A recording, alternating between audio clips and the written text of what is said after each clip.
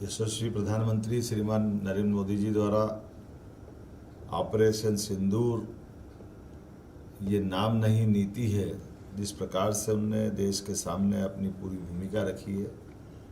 हमने बदलते दौर में भारत को देखा है, उनके नेतृत्व में भारत को 11वें नंबर की अर्थव्यवस्था से 5वें नंबर की अर्थव्यवस्था में देखा है।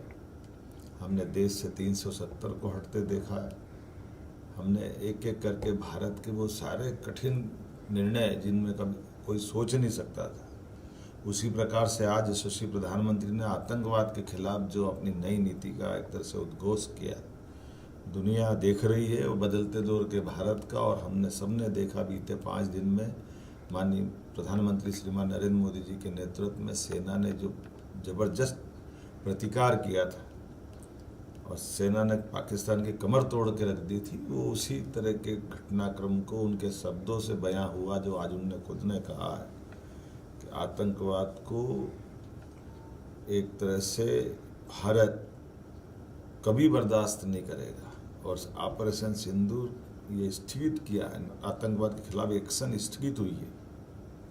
ये युद्ध का दौर एक तरह से जिस प्रकार से बात एक एक करके माननीय प्रधानमंत्री जी ने जो कही है, ये युग युद्ध का नहीं है, लेकिन ये युग आतंकवाद का भी नहीं है। इस एक वाक्य में सारी बातें आ जाती है। आतंकवाद के लिए पाकिस्तान को खरी खरी सुनाते हुए जिस प्रकार से प्रधानमंत्री जी ने कहा कि हमने आतंकवाद को खाद पानी देते देखा है, आतंकवादियों के जनाजे पे पाकिस्तान का झंडा चढ़ते देखा है, आतंकवादियों के जनाजे पे पाकिस्तानों के अफसर की मौजूदगी के बारे में जो प्रधानमंत्री ने कहा है, और ख़ास करके मेड इन इंडिया के आधार पर भारत की सर्वोच्च सुरक्षा की दृष्टि से जो उन्होंने आह्वान किया है, मैं माननीय प्रधानमंत्री जी का आभार मानता हूँ।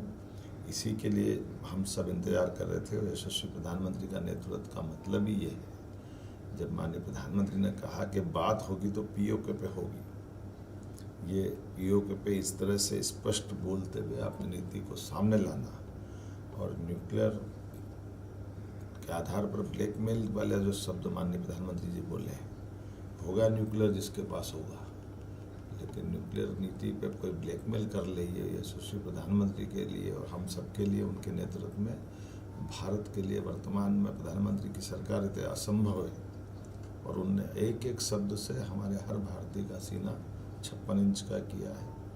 न केवल हमारी उन विधवाओं का जिनका सिंदूर उजड़ा था उनका हिसाब चुकता किया है, बल्कि देश को भरोसा दिलाने में माननीय प्रधानमंत्री जी ने अपने भाषण से संबोधन करते हुए आत्मविश्वास से भरपूर कर दिया है, ऊर्जा से लबरेज कर दिया है, उत्साह और उमंग से सेनाओं का हौसला बढ़ाया है। देश के दुश्मनों ने भी भाषण सुना होगा, उनकी ज़मीन खिसका दी होगी, चाहे पाकिस्तान का राष्ट्रपति हो, प्रधानमंत्री हो या पाकिस्तान का सेनाध्यक्ष हो।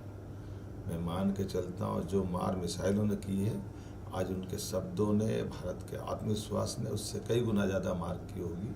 मैं माननीय प्रधानमंत्री जी का आभार मानता हूँ। इन्हीं बातों के लिए तो प्रधानमंत्री जी का दुनिया और हमारे देश में विशेष आदर है। आइए हम सब प्रधानमंत्री के नेतृत्व में भारत को आगे बढ़ते देखें। मध्य प्रदेश उनके साथ कदम से कदम मिला के चलता रहेगा।